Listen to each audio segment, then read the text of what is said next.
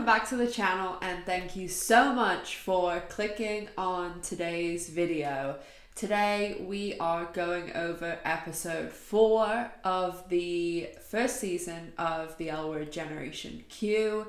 As you know, we're doing our little re-reviews in preparation for season 2 finally returning on the 6th of August to stream, and then the premiere is actually airing on Showtime on the 8th of August. So as I've said, throughout these, I have already done 6 and 7. So next week I'll do episode 5 and then we'll skip to episode 8. But if you want to see 6 and 7, they're out already, and I'll link them in the cards above. And also episodes 1 through 3, obviously are already done too. So they're all linked in the playlist that this one's in. So if you want to go and see the other ones, you can. And I've also reviewed the original L Word because we have had a long hiatus, which obviously it wasn't intended to be this long. So if you're looking for a little bit of L Word content between now and when season 2 airs, there's a lot of videos on my channel that you can go and check out. So let's get right into it today, because there is so much to talk about in this episode. And I mean, I will say, I really like every episode of Generation Q. I will talk a bit more about this overall later on in the episode, but I do really enjoy 6, 7, and 8. I think they're great episodes. I think particularly episode 7 has some of the best scenes of the entire season, and everything about it, like obviously the just complete surprise and everything that came across in episode 6. But overall, considering the entire episode, I think this episode is my favorite episode of season 4. Now, obviously, I'm sure a lot of people will disagree with that, but I have my reasoning.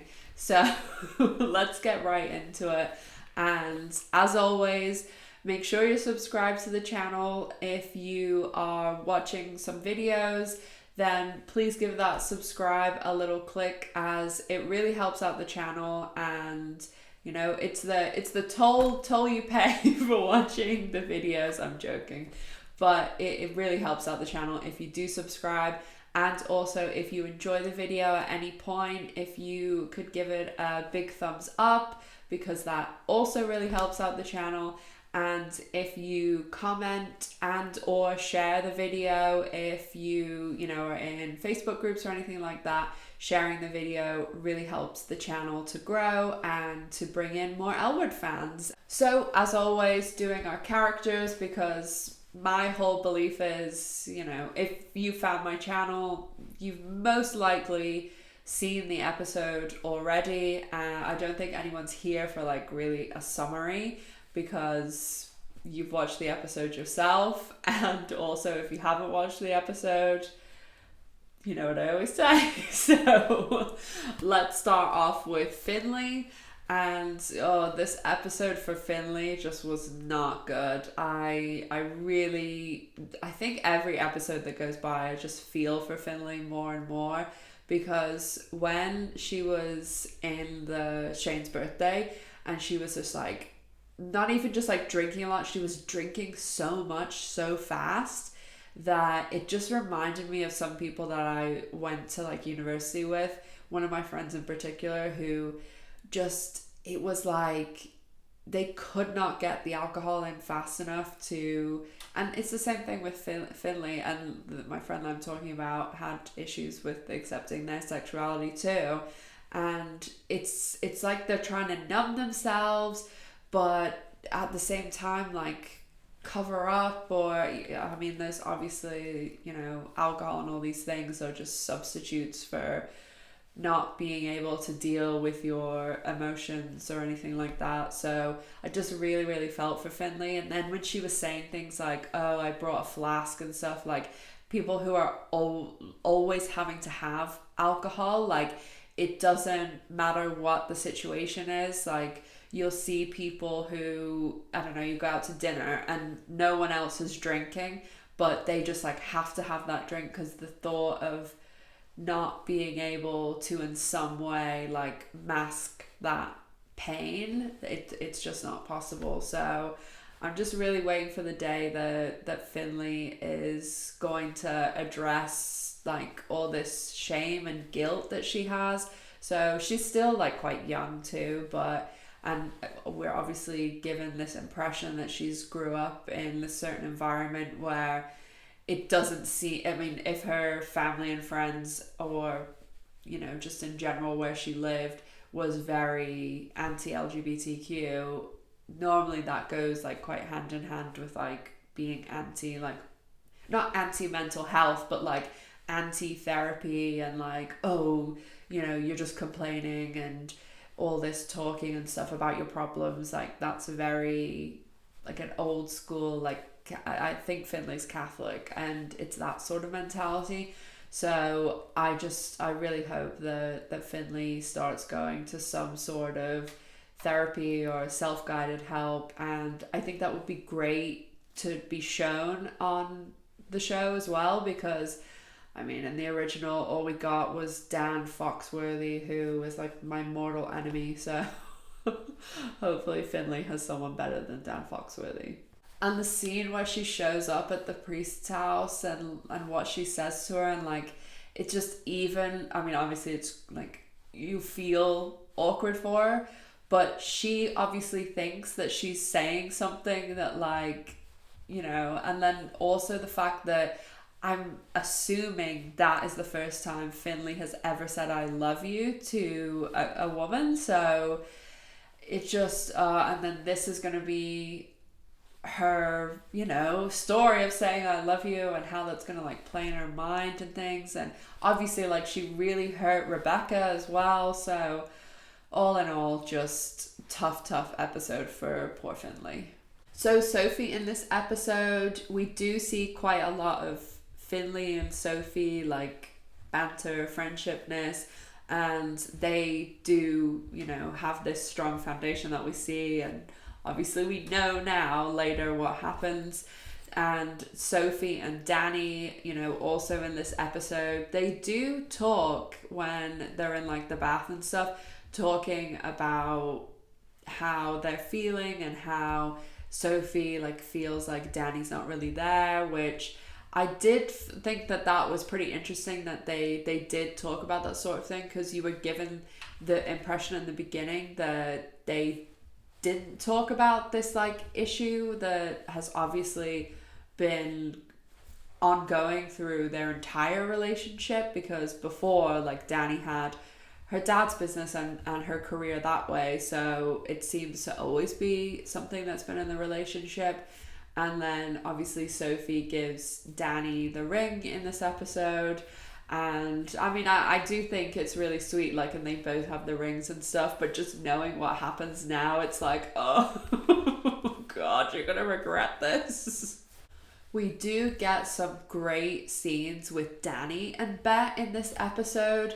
And in the beginning, when obviously Bette's like at that photo shoot and Danny kind of calls her out about the Felicity thing, because obviously we know as the audience that Danny saw Felicity going into Bette's hotel room, and Danny kind of, you know, says, oh, maybe you've mixed up your phone with Felicity.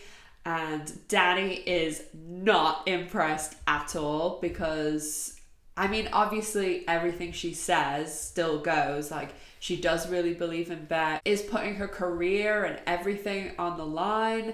But also throughout the entire episode, as I always say with Danny, we see Danny with her like cartoon heart eyes at Bette. So there is like, I think, jealousy as well as everything else that she did say about, you know, I really believe in you and all this stuff. And I just, you know, Danny was so furious at Felicity as well, and getting in that car. And I do really think that Danny does have an absolute point. And then when Bette's saying like about Kit and the fact that Felicity was there, like situations like that where a person really is there for you in like a really dark time. It is such, like, you do become so attached to that person, and they just always have like a special place because they saw you when like things were the worst. And you know, as we know, Bette had just got divorced too, so she was just getting really knocked down. So although obviously we, the audience, see Felicity, and I mean, she doesn't come across the best. Like, she has a husband that she's obviously cheating on with Bette, and the husband is obviously like a rage douche. And then Felicity is just, I don't know, like the stuff when they were in, I'll talk more about it when I talk about Bette, but I was just like, come on, Bette, like, what is going on here? Anyway, back to Danny. Danny and Sophie, when they're also at Shane's birthday party, I mean, this was kind of the theme of Shane's birthday party, was everyone else except Shane and Bette is gonna like basically hook up in the middle of Dana's. So I was like, Danny and Sophie, like, can we not go somewhere private? So anyway, they did eventually go somewhere private, but obviously they were thoroughly enjoying themselves at Shane's birthday party. So another person who was thoroughly enjoying themselves at Shane's birthday party was Micah and Jose. So we saw Micah originally go to Shane's birthday with Hassan, who we saw them meet like through, I don't know what it, like it was Tinder or Grindr or something like that, one of those swipe things. And they met in the previous episode and like hooked up. So now they're obviously like on a date or like casually hanging out at Shane's birthday. And when Jose turns up, it's like pretty awkward. And then like Hassan is like, oh, he's so hot, so that's kind of awkward too. But then Micah's giving Jose like the cold shoulder, and Jose's like, Jose had a bit of like heart eyes going on too.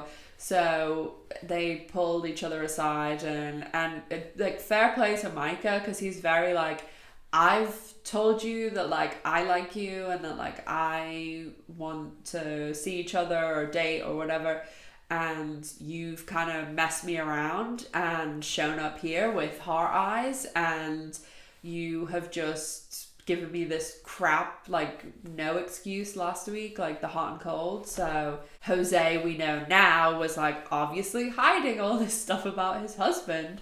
So yeah, fair play to Micah for kind of being like, but then like they just start hooking up, so Jose didn't really have to like commit to anything. He just kind of jumped to, okay, like I'll just, you know, hook up with you in the middle of this birthday party because everyone else is doing it. So Shane, I'll obviously talk about Nat and Gigi with Alice because, you know. And Shane, it's her birthday in this episode, which, another thing, just another in the long, long list of things that we are getting in Generation Q that we didn't get in the original, which, like, obviously it's a bit more information about Shane, but it's also, we, you know, had no concept of time, even in the, like, sense of where we are in relation to like time as in the year or the period, or and like we knew nothing. I mean, the L Word was literally existing in a timeless world, because I think it was the Ellen Back podcast that did this recently, that they went through season 6 and judging on like things that characters said like, oh, a week ago, or, you know, the first episode of season 6 we know takes place in the same day as the season 5 finale. So they went through and like worked out that season 6 has to take place over, I think it was about 6 weeks. But then Max like discovers he's pregnant, like discovers he's too far along, has an entire pregnancy, but it's only been 6 weeks. So again, getting things like, okay, Shane's birthday, it's establishing a bit of a time concept, like, so we know when Shane has her next birthday, how long it's been, and things like that. And we also never got birthdays or Christmas or Thanksgiving or any concept like that at all within the show. So again, I just think it's a nice thing, and maybe every season they'll do something like Alice's birthday in season 2 and Bette's birthday in season 3. I mean, maybe it is just a one-off thing, but I enjoyed that they did it. And I think it was Kate's birthday when they were filming too, so that's like a cool thing as well. So Shane is going through her divorce in this episode. Shane had some of the best scenes in this episode. I mean, to start off with, when they have the gals gabs, as we know they call the OGs when they have their little chat time, and Shane tells Alice she's dressed like an Easter peep. Like, there was some hilarious moments in this episode. I'll tell you what my favorite one was later. And just that whole Alice and Shane, sometimes I think that the line is so blurry between Alice and Shane and Leisha and Kate that I just feel as though sometimes they must be saying in their head, don't say Leisha, say Alice. Like, because imagine like you're on a show with your best friend, like it must be amazing. But whenever they go to look at the Dana sign and Alice is like turned around and Shane's like, Jesus Christ, Alice, like I just feel like that was Kate saying that. And when obviously they reveal the Dana sign, I mean, this episode, there's so many things in this episode that I'm like, anyone who says that they are not paying enough like homage to the original show, like I just do not know what else they could possibly do apart from putting like the complete DVD box set and having everyone come in and like bow down to it or something, because this, like, everything about the Dana's concept was brilliant. Like, the person who thought of Dana's should be the name of the bar, like, give them a raise, give them like royalty caps on the episode or something, because amazing decision. And I just love it. And I love even more the fact that when they're like taking the pictures outside the sign, and we know, like, us obsessed top tier fans, as I call us, who follow every move on social media, like, we all know that they had Erin, who played Dana, on set that day, and there's like cool pictures of them like driving to where that place is in LA, that bar, and Erin didn't know that it was gonna say Dana's on the sign, or it was gonna be called Dana's. And there's a really cool picture, I'll put it up obviously on the screen, of Erin behind them when they're taking that. So, and there's just like a lot of the crew and stuff shared pictures from that day when this episode aired, and it's just really cool. Like, I really, I have huge respect for the crew, and I love that they're so interactive, and a lot of them seem to be fans of the show, so I just think that's awesome. So another great scene was the Shane and Bette scene, the Shane and Bette smoking scene, and it's just brilliant choice again. I loved seeing Hi Bette, because we know Shane like partakes, and then just to see Bette, who's like, don't tell Angie, like where normally it's the kid saying don't tell my parent. And I also thought it was, again, a really nice little subtle reference that the flowers on the table, and Bette is like drawn to them, which, you can just say, oh, they're pretty flowers, but then you can deep dive and be like, Bette and Tina, like, oh, Bette was drawn to this thing that Tina had sent. And like, I also loved Shane's like subtle shade to Carrie there. Bette is like, oh, she always had great taste, and Shane's like, not always. So, and maybe that was some also subtle shade to like Henry in the past, while also shading Carrie in the present. I just really love Bette and Shane scenes, and I always have. I've always found them really fascinating too, because on paper it shouldn't work. I mean, it's not as a big age difference now because they're at like very similar stages in their life, but even their like backgrounds and the way they are and work and everything, and I mean it works a bit more now again because obviously Shane is like loaded now and they're both living in LA again and all this stuff. But I just think that if you wrote on paper like Shane's character and Bette's character, you'd be like, okay, why do these two people know each other? Which I'd still love to know the answer to from the original. But their friendship is like really, really unique, and I think it's great. I think that they're just both very loyal people to their friends and their honesty and stuff. And I also love how Shane just like knows that Bette is still seeing Felicity. Like Shane picks up on like those little things. So I really loved that scene between them. I thought it was great, and I hope we get even more of it in season 2.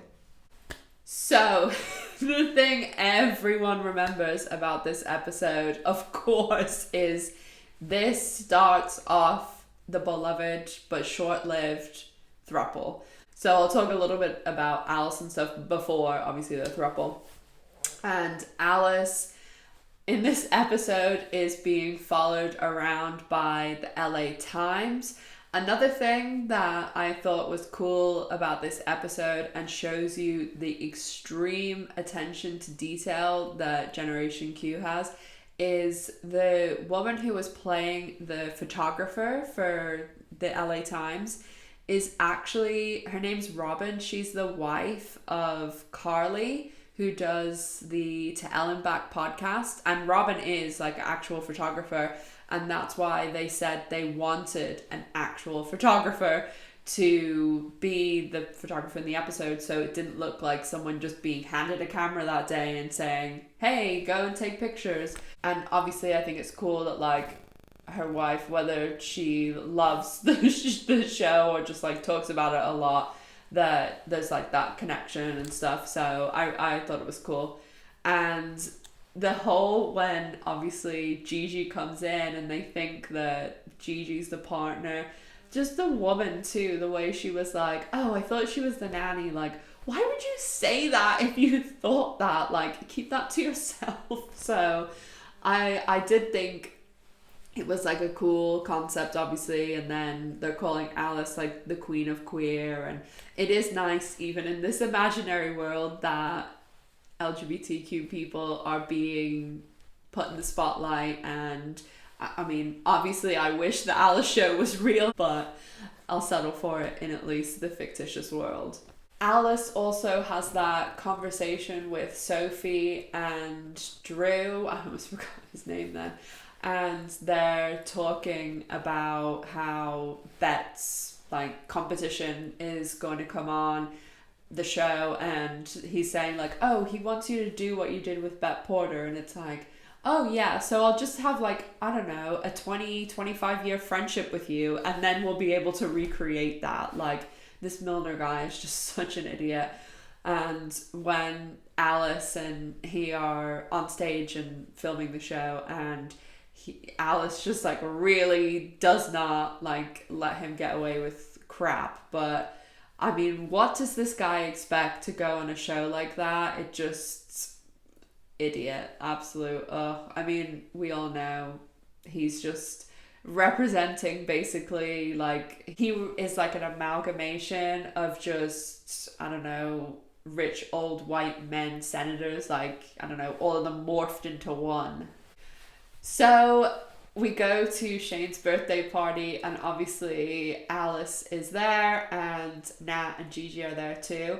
And they give, Shane and Bette give Alice the little newspaper, and Alice is like, how did you get it this quick? And I'm like, only Bette Porter could have got this before the paper's actually out. And we just see, the best part of this whole episode was you just see Alice getting more and more trashed throughout this episode. It was, oh, it's so funny. And you just see her like more and more like swaying, and her eyes are like rolling around. But the funniest part to me was at the end when they bring out Shane's birthday cake and Alice comes out, and the way she's like, and her hair is just sticking up like absolute crazy. And she's like, starts singing as if to be like, oh yeah, I was here all along. It's just perfect. They did such a good job with the whole like atmosphere of that party and like all the different people and stuff.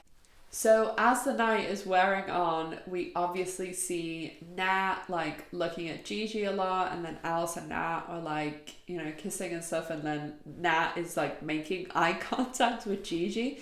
And I think Alice and Nat were like absolutely trashed, and Gigi did not seem that drunk. So I just think that she really wasn't. And then of course we have the super hot throuple scene. I mean, I think that was the hottest scene in the whole season. I thought it was great, and what I was thinking a lot of the time was, this must have been such a nightmare to film. It must have taken them, it must have taken them days to film this, like, or an entire day. Like, it was a really long scene, and there was so much like moving around and different people, and like, yeah, so big, huge, massive credit obviously to Leisha, Stephanie and Sefida, but also to the crew, director, everybody that had anything to do with that scene, because it must have been really difficult to film. So as I said, I just loved the after part where they came out. All of them, I'm gonna put the picture on the screen, because all of their hair is just like sticking up. It's just the best, but that was the best decision also, whoever made that decision. And the only other thing I haven't talked about is when they actually, Bette, Shane and Alice like got to the party, or Bette and Shane did, and Alice like brings them over. They literally had this slideshow on the wall, and it was all black and white pictures from some of them were taken by Jennifer Beals. I think most of them were Jennifer Beals. Definitely the one that had Laura Holloman in it and stuff. And I mean, again, like, so much homage to the original show, and I just don't think there's anything more they could possibly be doing to give like kudos and respect to the original show. So I really enjoyed that little slideshow, and like them showing Erin Daniels and Laura Holloman and stuff. Like, that's super cool. And especially, you know, the fact that we didn't know in 2 episodes Tina was going to turn up. And imagine like watching the show and you haven't watched the original, and then, you know, like you just see like little flash of in a picture, and then the person turns up and the whole world explodes. So I just thought that was pretty cool. And of course, on to my beloved Bette. And I have something I noticed in this episode that I haven't noticed before. So I mean, this must be about 3 or 4 months ago now. I did a video, or it was in one of my lives, and I was talking about how I had been watching episode 5, and when Alice, Shane and Bette are in Bette's office and they're doing those like phone calls, and Alice is telling Bette and Shane about the throuple. So Shane says, "You mean Nat's ex-wife?" And then Alice says, "I mean, have you seen her?" And Bette just goes, "I mean, yeah." Like, so we knew, okay, Bette thinks Gigi's hot. But in this episode, there's a little 3-second Bette and Gigi Easter egg too, because when Alice, Nat and Gigi are talking, and Shane and Bette, this is before the throuple, Shane and Bette walk over and they're like, "Oh, this is where the party is," and they like walk up to join them. Bette like looks at Nat like a flat, like, you know, making eye contact, looks at Alice, and then looks at Gigi, but spends like 3 or 4 seconds longer than the eye contact she made with anyone else. So I'm gonna put my photographic evidence here. And yeah, just enjoy that little Easter egg, because we have this one in episode 4, We have that one in episode 5. So, are they playing the long game with this Bette and Gigi thing? Because, as I've said, there are so many things in the beginning episodes of Generation Q that I didn't notice when I first watched them, but now that I've seen the entire season, there's so many things that I was like, oh, this connects to this in episode 7 or whatever. So yeah, I love little things like this because there's such a decision that the writers, directors, actors are making, and it's like they're doing that for a specific reason. So I love stuff like that. So if you see anything that you think could possibly be, I don't know what this was, like a detective like clue or something, so let me know. So Bette, yeah, this is a tough episode for Bette too. I mean, Bette, what are you doing?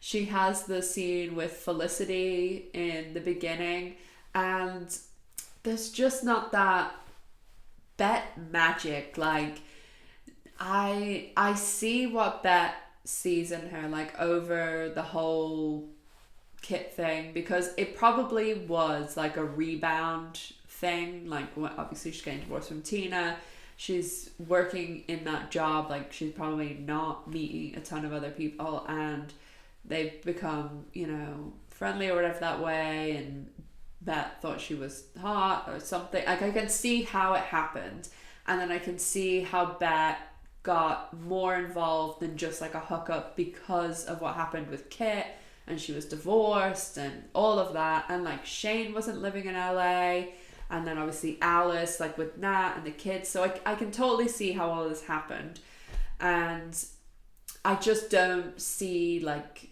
the Bette chemistry, that it's just not there. So yeah, like Felicity, I think is just Bette's season 1 and done. I don't think we'll be seeing her again. Like, they might reference her, or if they reference like the husband thing, but yeah, I don't see Felicity coming back or anything like that. So as I said, we did have those little 2 Tina Easter eggs in this episode, with Laurel being in, you know, the picture on the wall at Dana's, and then also when Bette and Shane are discussing the flowers. So yeah, again, imagine not having watched the original show and you're like, who is this? Because they've referenced Tina a lot in even the first few episodes before she turns up. So I again think those are little things like that are really cool. And then we also have some great scenes with Danny and Bette throughout the episode. And even when they're at Shane's birthday party and Danny is literally with her fiance, and she's over there like, oh, Bette, love you, Bette. So I'm sure we'll continue to see like Danny Heart Eyes in season 2. And I know there are some Danny and Bette shippers out there. I personally am just of the opinion that yes, Danny likes Bette, but come on, Bette has grown and hopefully learned her lesson with that stuff. Hello, Nadia. But I think it'll just be like a mentor-mentee thing, and I really, really think that could be like a cool, unique relationship, and I would love to see that in season 2 and beyond. And then obviously we have the little cliffhanger at the end of the episode with Kiara turning up. I remember when the trailer came out for this episode. So I know there are some people who discovered the L Word during the panorama, and this is the first season that they will watch like live as it airs. So if you're new to the L Word, the way that they normally do the trailers and stuff for each week is that when the episode airs on a Sunday or Monday for the later half of the season, while the credits are rolling on the episode, they put out the trailer for next week's episode. So you always get your episode, get your trailer for the next week, and then everybody, you know, talks about it for the next week. So when they had episode 3 and they showed the trailer for this, they kept showing that scene at the end, but without the Kiara reveal. So you just saw Alice and Bette being like, oh my god, and their reactions. And I remember everyone at the time was like, maybe it's Tina, maybe it's Tina. And a lot of people also thought, oh no, it'll be Shane's wife. And I remember being like really torn, because I remember seeing the IMDb thing about Laura Holloman, and the fact that it said episode 6 is just, I thought that was too random to not be like, why would someone make up she was in episode 6? Like, if they were gonna make up she was coming for an episode, they'd surely do it for like episode 8 or something, the finale. So I remember I was kind of like, oh, it could be her, it could not. But I remember thinking that Bette would have had like a bigger reaction.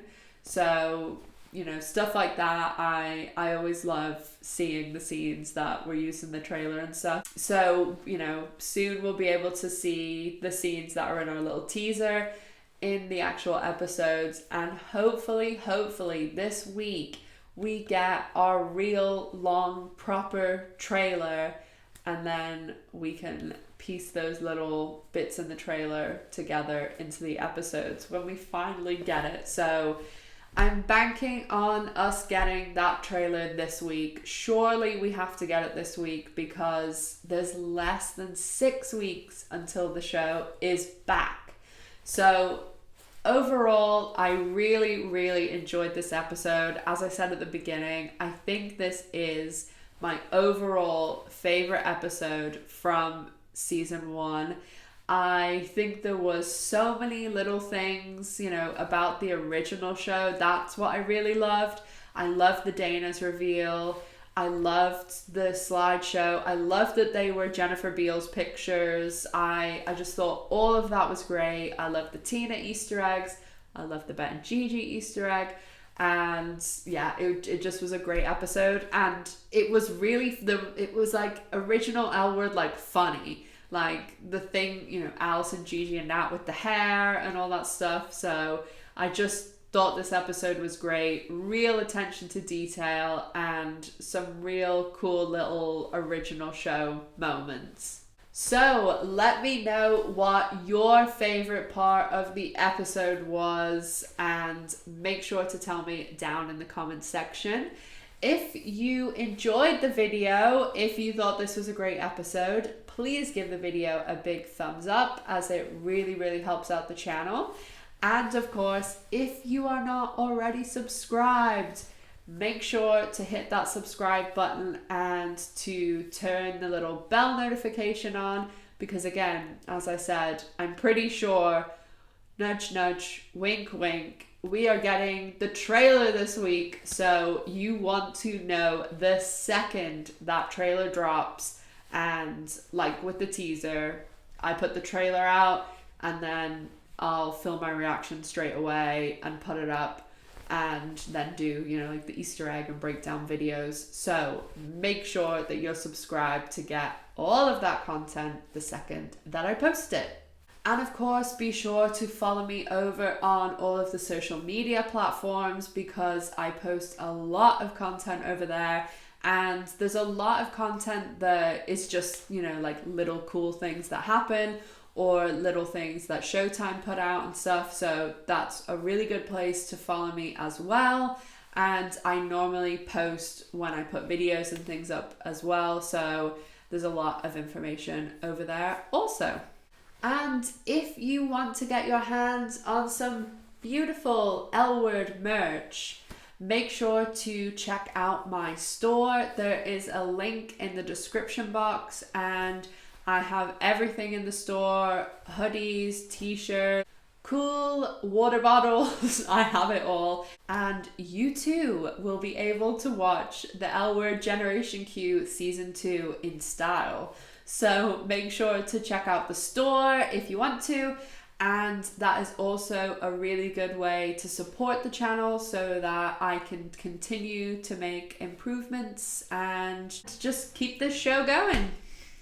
As always, guys, thank you so much for watching. You guys are the absolute best. I always look forward to chatting with you in my lives on Fridays and reading all your comments on Instagram or here on YouTube.